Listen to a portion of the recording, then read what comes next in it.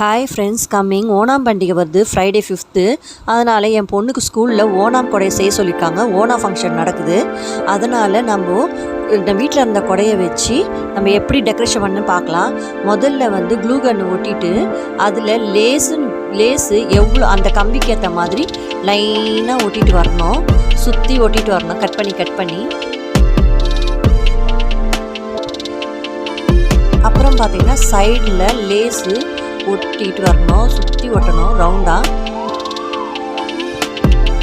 அதுக்கப்புறம் கடையிலே பெல்லு விற்கிறாங்க, 5 ரூபா தான். நம்ம ஊசியில் போட்டுக்கலாம், இல்லைன்னா கம்பியில் போட்டு அமுக்கி விட்டுக்கலாம். அது ஆடணும் அழகாக. அதுக்கப்புறம் ஃபோம் ஷீட் வச்சுருக்காங்க.